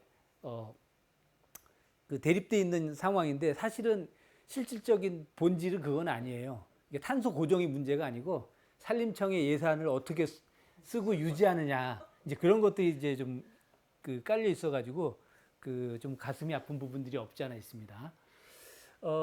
그래서 이 사찰 숲은 지금은 이제 어떤 식으로 이제 오게 되냐면 대부분 아까 보셔서 아시겠지만 숲이 너무 좋잖아요. 이 숲이 좋다 보니까 대부분 보호지역으로 또 지정이 돼 버렸어요. 예, 그러니까 우리가 국립공원이라든지 이런 도립공원이나 이런 데 가게 되면 대부분 사찰이 있게 돼요. 그래서 이제 이 사찰, 그러다 보니까 그 불과 한 10여 년 전에는 국립공원 입장료, 그 다음 문화재 관람료, 이걸 우리가 이제 두 배로 내고 이제 들어갔잖아요. 들어가다 보니까 그 당시에는 이제 사람들이 이제 몰랐는데 지금은 이제 국립공원 입장료가 폐지됐거든요. 국립공원 입장료를 폐지하고 나니까 문화재 관람료만 남아버린 거예요. 그래서 이제 문화재 관람료 때문에 이제 여러 가지 이제 문제들이 이렇게 많이 발생을 하는데 그 아까 이제 천은사는 이제 잘 해결이 되는데 아직도 몇 군데는 그런 여러 가지 이제 문제점들을 좀 안고는 있습니다. 어쨌든 그래서 이제 국립공원, 그러니까 자연공원, 국립공원, 도립공원, 군립공원 우리가 이제 자연공원이라고 얘기를 하는데 이 지역에서 그 지역에 이제 용도지구라는 것이 있습니다. 그래가지고 어떤 곳은 자연보존지구, 자연환경지구, 공원마을지구 이렇게 돼 있는데 그 중에 하나 이제 문화유산지구라는 걸 이렇게 만들어놨어요. 근데 이 문화유산지구는 어떤 거냐면 이제 그 종교적인 활동을 할 수 있는 그런 지역이 지역이 되는데 이 지역은 예를 들면은 사찰이 있으면 사찰의 정각으로부터 300m 이내, 작은 거는 100m 이내, 암자는 50m 이내 이런 식으로 제한이 되어 있어요. 그러니까 사실은 사찰림이 그러니까 사찰림 전체적으로는 거의 손을 못 대게끔 지금 이제 법적으로는 그렇게 되어 있다라고 보시면 될 것 같아요. 그래서 사찰림은 지금은 법의 권리 쪽으로 들어갔다. 근데 이 부분도 좀 논란의 여지는 있습니다. 왜냐하면은 그 사찰 쪽의 입장에서는 이게 다 사찰 땡인데 당신들이 원해가지고 보호지역으로 지정해달라고 해서 보호지역으로 지정을 해줬는데 우리가 종교 활동을 하는데 왜 제약을 두느냐 해가지고 이제 문제가 되는 거죠. 근데 앞서 말씀드렸다시피 사실은 이제 사찰 숲이 그 사찰을 지탱하는 역할을 하고 있지는 않아요. 그러다 보니까 지금은 이제 이게 그 관리를 잘 해서 우리 국민들 전 세계 인류를 살리는 어떤 그런 역할들을 해야 되는 거거든요. 그런 의미에서 그 예를 들면 이제 국립공원공단이라든지 뭐 이런 곳에서 지금 관리를 시켜주는 게 오히려 날지도 모르겠어요. 대신에 어떤 종교적인 역할이라든지 이런 것들을 하기 위해서는 제가 볼 때는 공원문화유산지구를 좀 손을 봐야 될 것 같아요. 그거를 50m, 100m, 300m로 제한하는 부분은 좀 문제가 있고 그걸 갖다가 그 좀 더 다른 의미로 접근을 해야 되는데 이런 문제를 해결하려면은 그 종단에서 좀 많이 나서줘야 되거든요. 근데 잠깐 나서고 또 금방 또 저기 가라앉고 그렇습니다 이게. 그래서 그런 문제들이 좀 있다라고 말씀을 좀 보시면 될 것 같고요. 지금 우리나라의 대표적인 보호지역입니다. 이게 국립공원인데요. 아까 보셔서 아시겠지만 이 지역이 아까 그 진한 녹색이 분포하고 있는 그런 곳이 되겠고요. 이제 백두대간도 이제 마찬가지가 되겠습니다. 그러면 이제 우리가 사찰림을 이제 생태적으로 이제 좀 몇 가지 좀 보는 그런 시간을 좀 가져보려고 하는데요. 아 여기 써놨네. 문제 내려고 그랬는데 예, 어느 숲이냐고. 예, 답을 써놓으면 안 되는데 오신 김에 여러분들이 아까 저기 들은 얘기로는 이제 숲해설 쪽하고 또 관심이 이제 많다라고 들었거든요. 그래서 오늘 오신 김에 요거 한번 그 공부해 가시면은 나중에 숲해설이라든지 아니면은 숲과 생태를 이해하시는데 큰 도움이 될 거라고 좀 생각이 돼요. 그래서 많지 않으니까요. 요 네 가지 한번 그 공부를 하고 가시면 어떨까 싶어요. 요걸 공부하면 좋은 이유, 좋은 장점 중에 하나는 우리가 그 생태라든지 숲과 관련된 어떤 기사나 그 글을 읽는데 되게 편리합니다. 이게 간단하게 설명을 한번 드려보면 이 먼저 개체라는 것부터 한번 보시죠. 개체. 이 개체는 뭐냐면 그 살아있는 생물 하나 이렇게 보시면 돼요. 그러니까 나. 그럼 저는 이제 한 개체고요. 여러분들 스스로 하나의 개체예요. 근데 이제 이걸 갖다가 이제 생태학이나 생물에서는 다 개체로 씁니다. 그러니까 여기 저기 날아다니는 모기, 걔도 한 개체. 예, 그다음에 뭐 옥상에 막 풀 한 포기 하나 났다. 그러면 걔도 한 개체. 그래서 이제 생태학에서는 이 생태학에서는 모든 개체는 평등하다라고 봐요. 개체는 인간이라서 더 존엄하고 뭐 그런 거 없습니다. 예, 개체. 자, 그러면 이 개체들을 다 모아요. 모은 걸 우리는 이제 개체군이라고 얘기합니다. 개체군. 그러니까 뭐 저쪽에 이제 산에 올라갔는데 소나무가 하나 있다 그러면 아까 소나무 하나는 한 개체가 되는 거죠. 그럼 소나무가 여러 그루 있잖아요. 그러면 그거는 소나무 개체군이 되는 거예요. 여기 지금 다 우리 개체라고 말씀드렸잖아요. 그러니까 우리 나가 모이면 우리가 되잖아요. 우리는 따지고 보면은 사람 개체군인 거예요. 사람 개체군. 근데 이제 우리는 그걸 갖다 사람 개체군을 인구라고 부르게 됩니다. 인구. 그래서 개체군을 이제 영어로 표현하면 population이 되거든요. 그 population을 우리가 사전에서 찾아보면 인구라고 나오잖아요.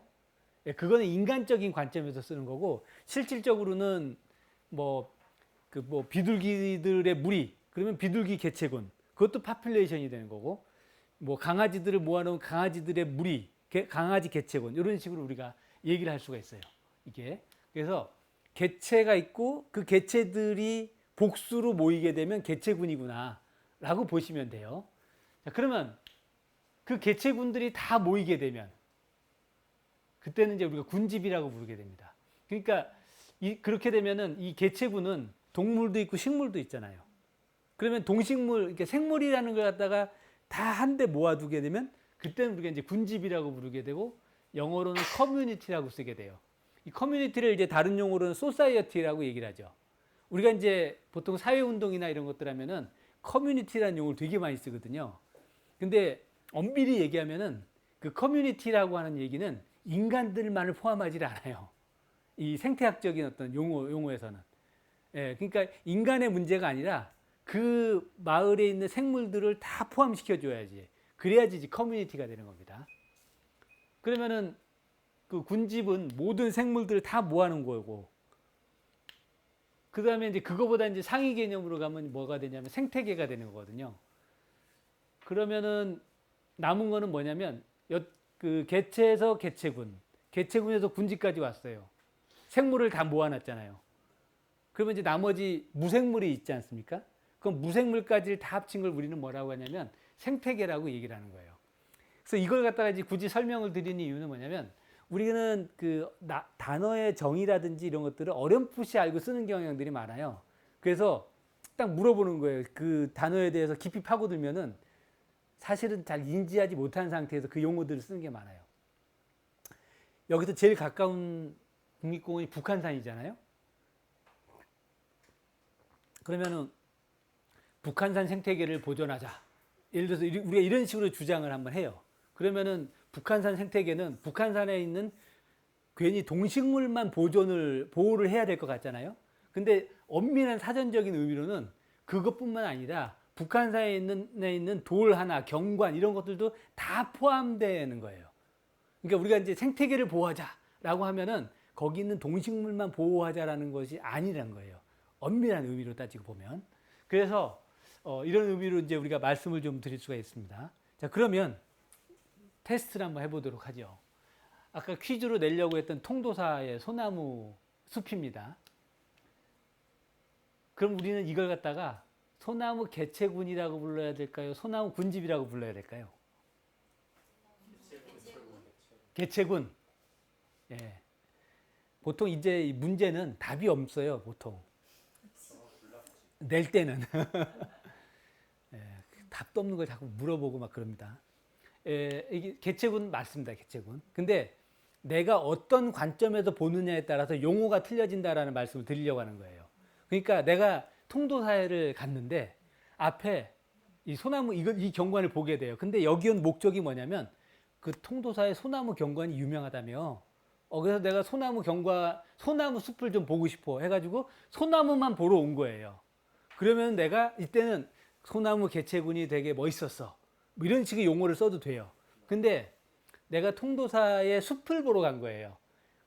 그 통도사의 숲을 봤는데 통도사에서 맞이한 숲에 소나무가 좀 많았어요. 근데 내가 얘만 보러 온 게 아니고 밑에 보면 진달래라든지 이런 것도 있고 여기를 뛰어노는 저기 다람쥐라든지 이것도 다 같이 보러 온 거예요. 그럴 때는 소나무 군집이라고 표현해 주는 게 맞는 거예요. 이해가 되시죠?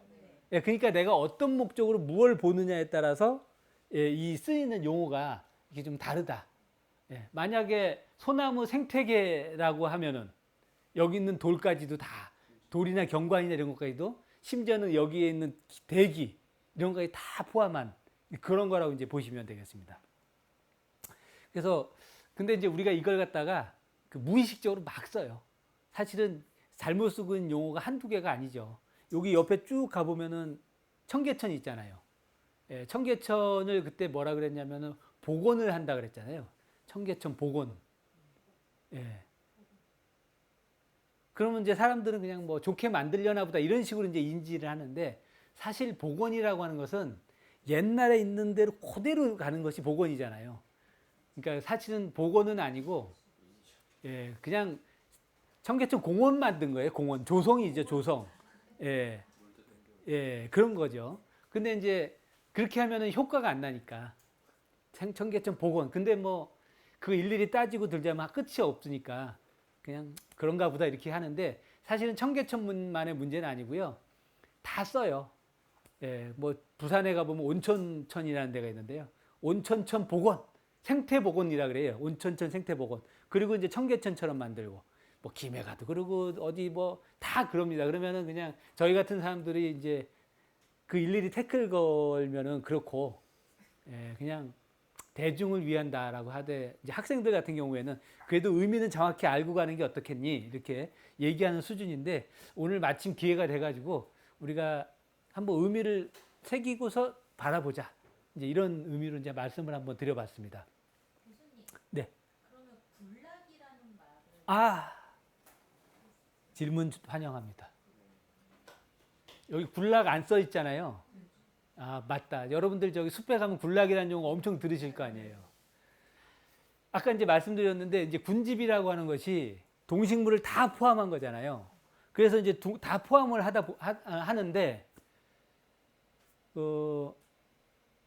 근데 주요 관심사가 안타깝게도 식물만 있는 거예요. 네, 식물만. 그 동물까지 다 포함해야지 정의상 군집인데, 그 소나무 군집을 보러 관심 가지고 왔는데, 실은 동물이나 이런 것들은 전혀 관심 없이 식물만 보는 거예요. 그러면 사실 반만 본 거잖아요.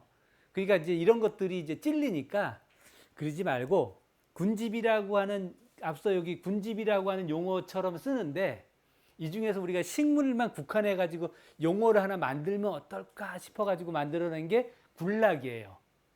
그러니까 이제 그 군락이라고 하면은 같은 용어를 쓰는데 우리끼리 약속을 한 거죠. 그래도 양심적으로, 예를 들면은 소나무 군집 연구했어 이렇게 하면은 너희는 동물은 안 했잖아 이런 식으로 이제 이런 것들을 이제 모면하기 위해서, 그러면 동물 뺀 용어 군락 이런 식으로 쓰는 거죠. 그러니까 소나무 군락 그러면 그 소나무가 가장 많이 있는 숲들의 식물을 다루겠다. 이런 식으로 보시면 되겠습니다. 그래서 그 군락은 그런 식으로 이해하시면 정확합니다. 그래서 나중에 혹시라도 현장이나 이런 데 가셔가지고 군락이라는 말씀을 용어를 하면, 반쪽 커뮤니티, 이렇게 이해하시면 제일 정확할 것 같습니다. 그 다음에 이제 숲을 보게 되면은 우리가 꼭 봐야 되는 것 중에 하나가 이 천이라고 하는 개념이에요. 이 천이. 그래서 지금 남은 시간에는 이제 천이를 집중적으로 이제 말씀을 드릴 건데, 이 천이를 그래도 알고 가면은 좀 좋은 이유 중에 하나는, 그 숲이 왜 지금 이 상태인가를 알 수가 있어요. 이 천이라고 하는 개념은 뭐냐면, 그러니까 우리가 이제 시간 앞에 영원한 건 없거든요. 그러니까 지금도 시간은 흐르고 있고요. 아까 1시간 전에 내가 지금의 내가 아니듯이 뭔가 변해 있어요. 하다못해 뭐 머릿속에 뭔가가 차 있으면 변해 있는 건데, 그런 것처럼 이제 어떤 시간적인 흐름을 갖다가 우리가 이제 천이라고 이제 얘기를 하는데, 이 숲은, 우리나라에서 이 숲은 어떤 흐름에 있어서 방향성이 있어요. 방향성. 그래서 그 방향성이 있고 그것이 예측 가능해요. 그걸 갖다 이제 우리가 이제 천이라고 이제 얘기를 할 수가 있습니다. 간단하게 이제 말씀을 드려보면,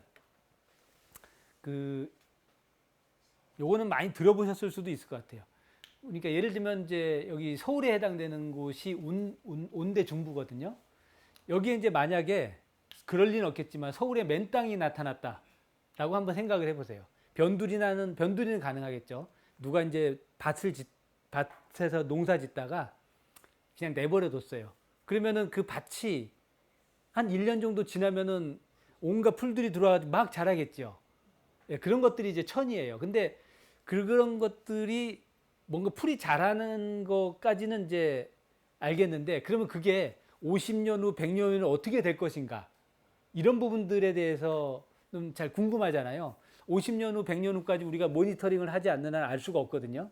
그래서 이제 학자들이 연구를 한 거죠. 그러면은 그것이 어떻게 변해갈 것인가 하는 걸 쭉 봤는데, 일단은 1년생 풀들이 많이 들어오고요.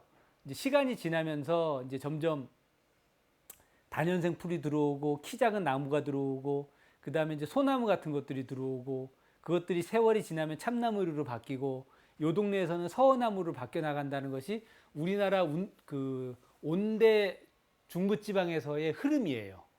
이거는 연구를 많이 해가지고 이런 식으로 이제 정리가 어느 정도 지금 돼 있는 상태입니다. 그러니까 지금 우리가 만약에 이 소나무 숲을 봤다면, 전제가 있어요. 이 소나무 숲을 그대로 내버려 둔다면 오랜 세월이 지나면 이 숲은 이렇게 바뀝니다. 예, 왜냐하면 이 소나무는 그럼 일단은 아까 말씀드렸다시피 밭을 그대로 둬요. 그럼 거기서 풀들이 올라온다라 그랬잖아요. 그러면 어떤 풀들이 올라올까요? 아까 이제 1년생 초하루라고 말씀드렸잖아요. 근데 걔네들은 어떻게 거기 왔을까요?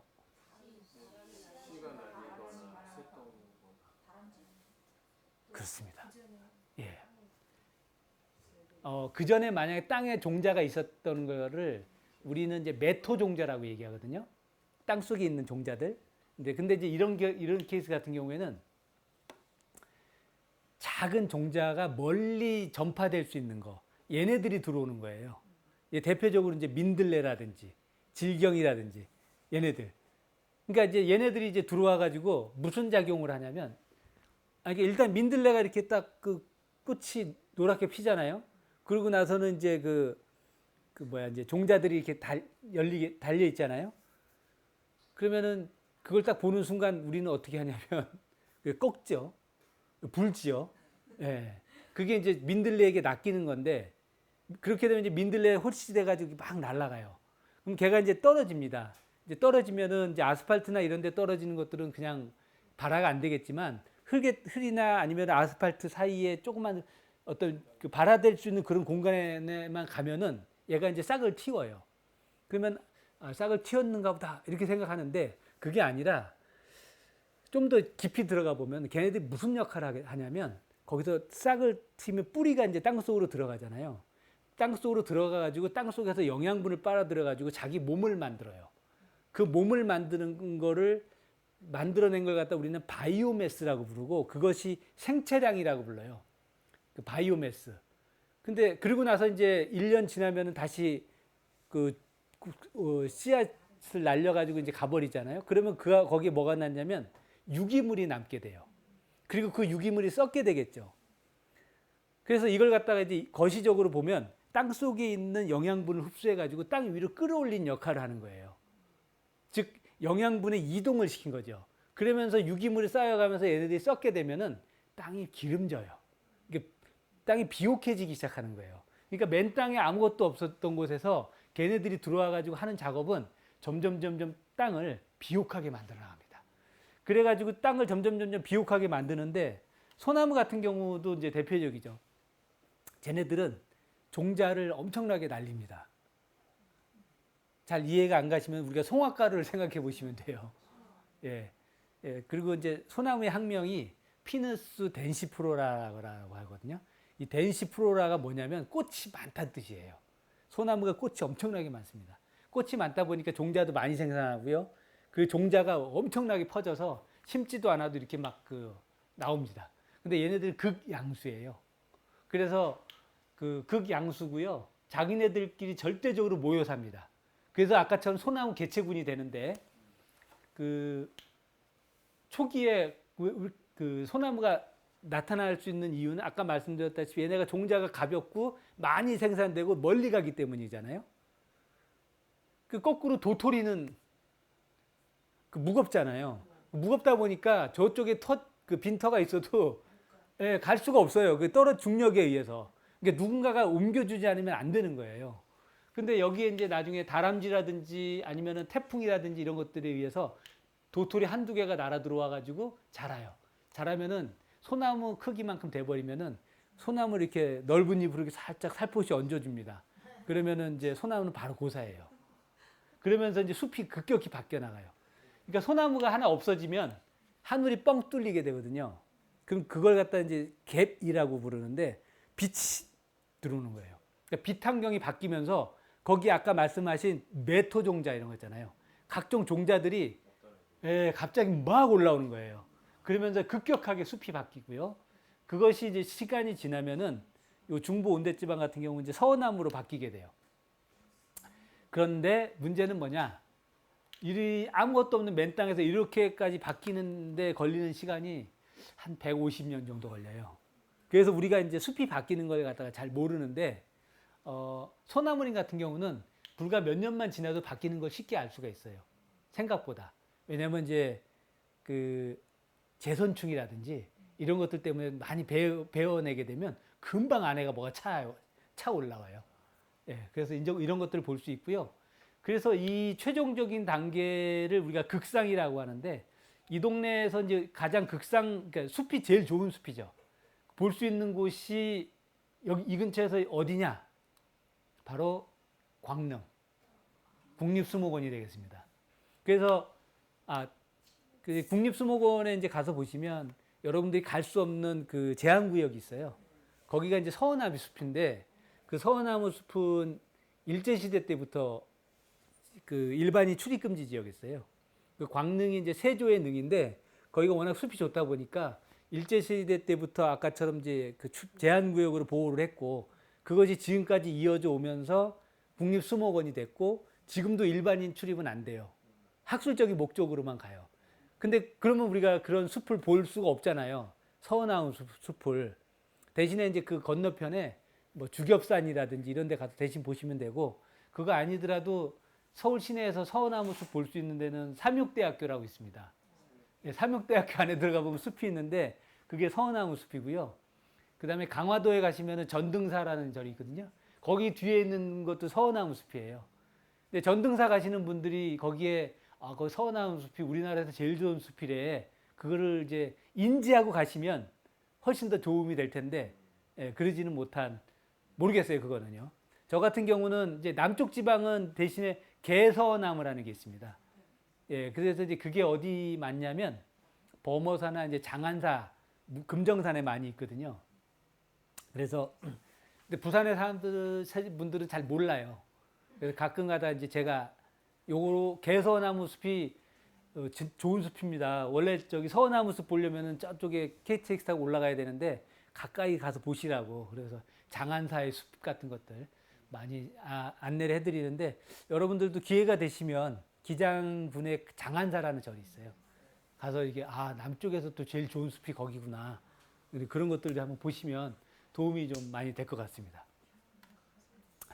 소나무가 어느 정도로 잘 자라느냐? 예, 이겁니다. 그러니까 얘는 종자가 워낙 많이 떨어지기 때문에 안 건들면 이렇게 막 자라 올라와요. 그러면 이제 우리 같은 경우에는 이제 예측을 하는 거죠. 이 다음 장면을 우리가 예측할 수 있어요. 어떻게 될까요? 이 많은 경쟁 중에서 이제 빨리 양분을 흡수해가지고 조금이라도 몸집을 빨리 키운 애들이 이제 자라겠죠. 예, 나머지는 이제 도태되는 겁니다. 그러면 이제 걔네들이 급속히 자라고 좀 세월이 지나면은 요 옆에 있는 나무들 같이 되거든요. 이런 케이스 같은 경우는 불과 30년이 안 걸려요. 빠르면 20년 만에 주변하고 거의 숲이 같아져요. 예. 그런 정도로 이제 보여지게 됩니다. 그러니까 소나무가 엄청납니다. 요거는 혹시 뭔지 아시겠어요? 써놓긴 했는데. 언제 찍은 사진일까요? 겨울 같죠? 요 파랗잖아요. 네. 이것은 이제 하나 바로 잡아드리면 지금 보시는 거는 우리가 흔히 말하는 꽃가루가 있는데 꽃가루가 아니에요. 예, 이걸 갖다 이제 종모라고 얘기합니다. 종모. 그러니까 이게 그 솜털인데 그 안에 보면 아주 작은 씨앗이 들어 있어요. 그래서 씨털이라고 얘기하는데 얘가 5월 되면은 날리거든요. 얘를 날리는 범위는 은사시나무하고 버드나무 종류예요. 그러니까 그 그래서 이제 얘네들이 이런 식으로 이제 씨털을 많이 날려가지고 이제 쌓이게 되면 이런 경관이 연출되는데 얘만 이렇게 찍으면 겨울에 눈 쌓인 것 같잖아요. 예, 근데 그건 아니고, 근데 문제는 뭐냐면 이거 불 붙이면 불이 확 붙습니다. 그래서 조심하셔야 되고요. 그러다 보니까 우리가 그 하천이라든지 이런 데는 얘네들이 이제 유이 날아서 이제 거기 떨어지기 때문에 한강변에 이제 그 버드나무나 이런 걸 제거해도 계속 올라와요. 심지 않아도. 그러니까 이런 것들은 그 하천 쪽에 습지 쪽에서의 이제 선구수종이 되겠고요. 육지 쪽에서는 소나무 같은 것들이 선구수종이 돼요. 그 이제 민들레. 얘는 멀구슬나무라고 하는 건데 얘는 이제 주로 새가 먹고 유인을 시키는 거죠. 예. 밤나무. 얘가 멀리 전파되리라고는 아무도 꿈에도 생각을 안 하겠죠. 그래서 종자의 크기에 따라서 산포력이 달라지게 되는데 그거에 따라서 사실은 이 저기 숲이라든지 이런 거에 변화를 주게 된다. 이제 이렇게 이제 말씀을 드릴 수가 있습니다. 그래서 이제 두 번째는 이제 숲에 가면은 큰 나무도 있고 작은 나무도 있어요. 이제 이걸 갖다가 이제 우리는 층위 형성이라고 이제 얘기를 하거든요. 이제 요게 이제 약간 어렵기는 한데 최대한 손쉽게 한번 쉽게 한번 설명을 한번 해보도록 하겠습니다. 일단은 한 번 듣고 잊어버리세요. 예, 경쟁 배제의 원리라는 게 있어요. 읽어도 무슨 말인지 모르잖아요. 예, 그다음에 이걸 제안한 사람은 가우스의 원리예요. 근데 이것도 잊어버리시고요. 요거 니체라는 단어는 잊어버리세요. 예, 그러니까 이제 이렇게 보시면 되겠어요. 여러분들 집이 있잖아요. 각각. 그게 뭐 내 집이든 전세든. 월세는 좀 그렇다. 예. 그 집이 있으면은 집이 제일 편한 공간이에요. 그래서 그게 왜 편하냐면은 매우 익숙하고 나에게 잘 맞아요. 그런 것들을 갖다가 이제 생태적으로 뭐라고 얘기하냐면은 니체라고 얘기해요. 적소. 생태적으로는. 그러니까 생물들도 살아가는데 불안한 장소는 잘 번성을 할 수가 없잖아요. 그러니까 자기네들이 가장 마음에 들어하는 공간이 있어요. 마음에 들어하는 공간. 그런 걸 갖다가 이제 이 생태적 적소라고 하는데 이 공간이 있다라고 한번 생각을 해보시죠. 이 공간이 나에게 있어서 가장 좋은 공간이에요. 이게 적소예요, 적소. 이게 니체예요. 너무 좋아. 그런데 어느 날 모르는 사람이 갑자기 들어와가서 여기서 같이 살자고 하면은 살겠어요? 말이 안 되잖아요. 예. 그러니까 내가 생물들의 입장에서 보면은 내가 마음에 들어하는 어떤 그런 공간, 그런 어떤 행위 이런 것들은 딱 정해져 있는데 만약에 이걸 누가 중복하려고 들잖아요. 그러면 싸움이 일어나요. 경쟁이 일어나요. 그래서 어떻게 해야 되느냐? 상대방을 제거해 버립니다. 제거해 버려요. 왜냐하면 그래서 경쟁이 생겨나는 거예요. 경쟁. 그걸 갖다가 이제 어렵게 표현한 것이 경쟁 배제의 원리라는 거예요. 예. 그러니까 아까 이제 그 숲에 딱 숲 사진을 한번 보면서 말씀을 한번 드려보면 이제 숲을 이게 이제 숲이라고 한번 생각해 보세요. 그러면은 소나무가 이렇게 쭉 자라는 이유는 뭐냐면 얘들이 양수거든요. 극양수예요. 그러면 얘들은 햇볕을 잘 받아야 되겠죠. 햇볕을 잘 받아야지 살아요. 근데 아까처럼 이제 여기 참나무가 하나 들어와 가지고 이게 삐집고 들어오면은 죽습니다. 햇볕을 못 받기 때문에. 즉 소나무의 입장에서는 이 적소를 뺏기는 거가 되는 거예요. 이거를 뺏기게 되는 거죠. 근데 이제 다른 나무들도 광합성을 해야 되니까 키가 커야 되잖아요. 그러면 만약에 모든 식물들이 광합성을 해야 되고 그로 인해서 자기네들이 번영을 해야 된다면 모든 이 식물들은 높이 경쟁만을 해야 돼요. 그렇잖아요? 높이 경쟁을 이렇게 해야지 살아남으니까요. 근데 아까처럼 이렇게 경쟁이 심한 곳에서는 경쟁에서 살아남기가 힘든 것들이 있어요. 그래서 어떻게 해야 되느냐? 내가 조금 변하고 양보하고 조금 덜 먹고 말지 뭐. 이런 식의 마음을 가져야 돼요. 내가 변해야 됩니다. 그래서 어떻게 해야 되느냐?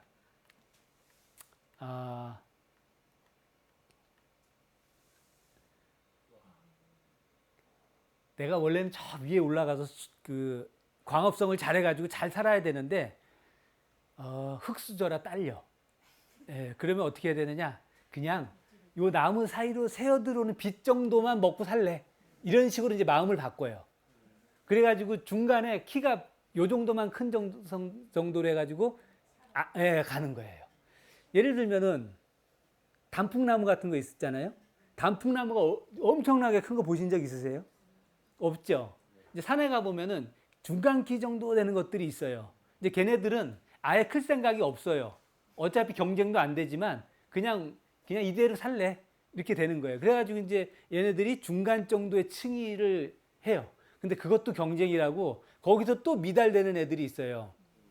그래서 에이씨 이렇게 될 바에야 이게 근데 이제 큰 나무하고 작은 중간 키 정도 되는 나무의 특징은 뭐냐면 줄기를 하나만 올려요.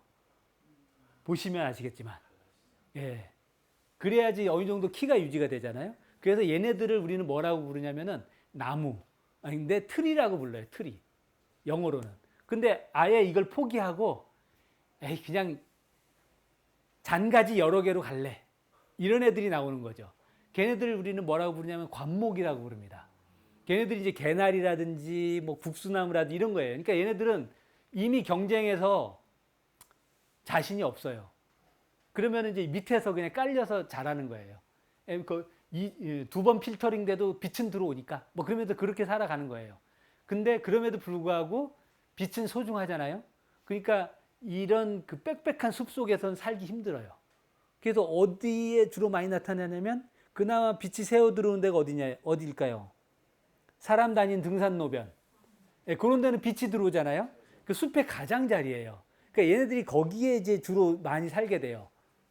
그래서 이제 숲에 여러분들이 가시면은 숲 가장자리를 보면 뭐가 빽빽해요. 근데 그걸 가감하게 조금만 뚫고 들어가잖아요. 그 안에가 없어요. 비어 있습니다. 왜냐면 빛이 안 들어오기 때문에. 그러니까 숲이 그런 구조를 가지게 되는 거예요. 근데 더 재밌는 거는 이 아래쪽에 초본이 있습니다. 초본. 얘네들은 필터링을 여러 군데 하잖아요. 그러니까 도저히 광합성이나 이런 것들은 자신이 없어요. 그래서 어떻게 하느냐? 방법이 있죠. 그렇습니다. 잎 나오기 전에 모든 걸 다 정리해 버리는 거예요. 그래서 빛이 그나마 그러니까 초봄 되면 빛이 막 들어오잖아요. 그럼 일찌감치 꽃을 막 피웁니다. 그래도 봄이 되면 야생화를 많이 보러 다니는 이유가 뭐 자기네들 세상이에요. 그래서 빨리 꽃 피우고 종자 맺고 끝. 예. 이렇게 되는 거죠. 그러면 여기서 아까 우리가 시간과 공간에 대한 종교 그 얘기했잖아요. 그걸 보면은 얘네들 같은 경우에는 요거 이제 보시면 아시겠지만 얘네들 같은 경우는 공간을 나눈 거예요. 공간을. 그러니까 공간을 나눴는데 아까 같은 초화류 같은 경우에는 시간을 나눠버린 거예요. 그래서 이제 시공이 종합된 것이 숲이 되는 거죠. 그러니까 숲에 가시면은 그런 원리로 이렇게 보시면 되고 그걸 갖다 이제 뭐라고 얘기하냐면 층위 형성이라는 용어를 써요. 층위 형성. 그래서 이 층위 형성이 생태계가 효율적으로 진화된 거다. 그러니까 만약에 지금과 같은 공간에 요만한 공간이 있는데 생물들이 모두 하나의 목적으로만 나무가 자라야 된다 그러면 이 공간이 위에 상층을 점하는 나무들로만 있어야 돼요. 그럼 공간이 낭비되잖아요. 근데 여기에 중간 키 정도의 나무가 있고 더 작은 나무가 있고 하니까 여기가 상당히 효율적으로 쓰게 되죠. 그래서 이제 그 층위 형성이 생겨나는 건데 이 원리는 그러니까 이제 같은 공간을 같이 쓸 수가 없으니까 자꾸 분화되는 거거든요. 근데 이 원리는 인간 사회에도 그대로 적용이 됩니다. 인간 사회도.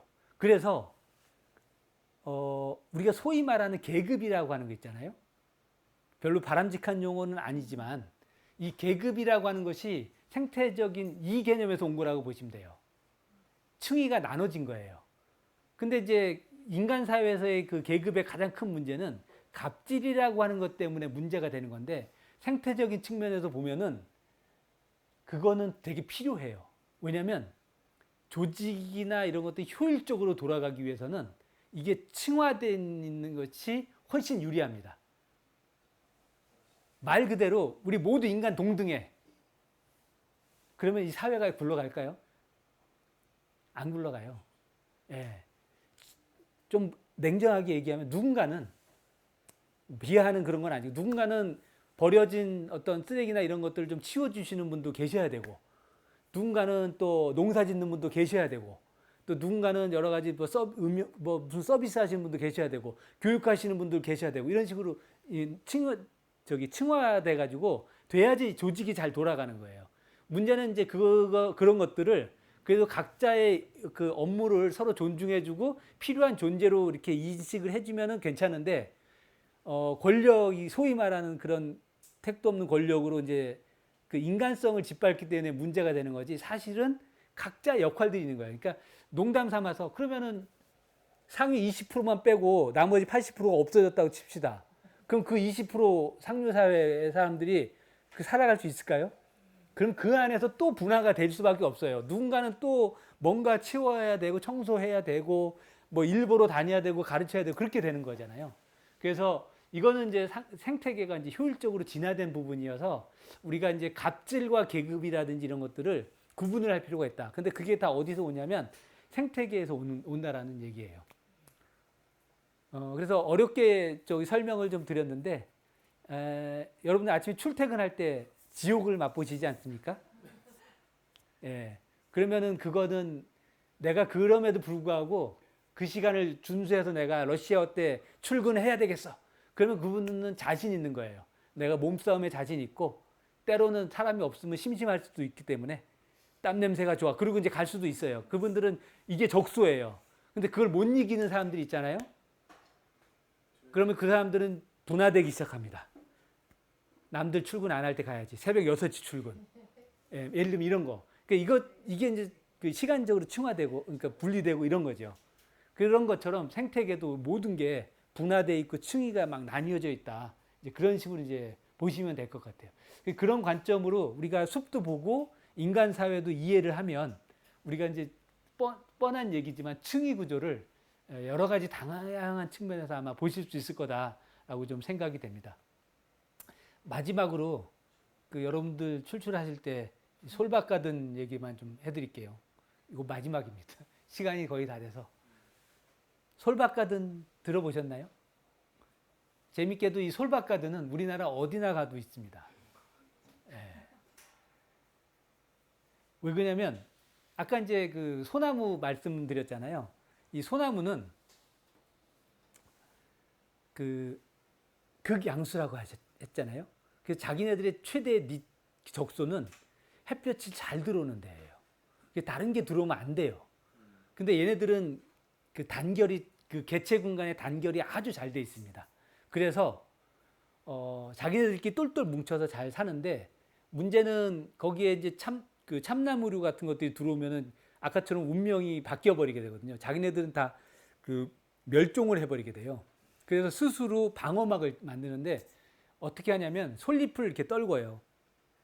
그 솔잎을 갖다가 이제 오랫동안 떨구면은 이게 이제 그 되게 두터워지면서 그 종자가 들어와도 발화가 힘든데 거기에 더해가지고 얘네들이 그 썩으면서 발화 억제 물질을 내보내요.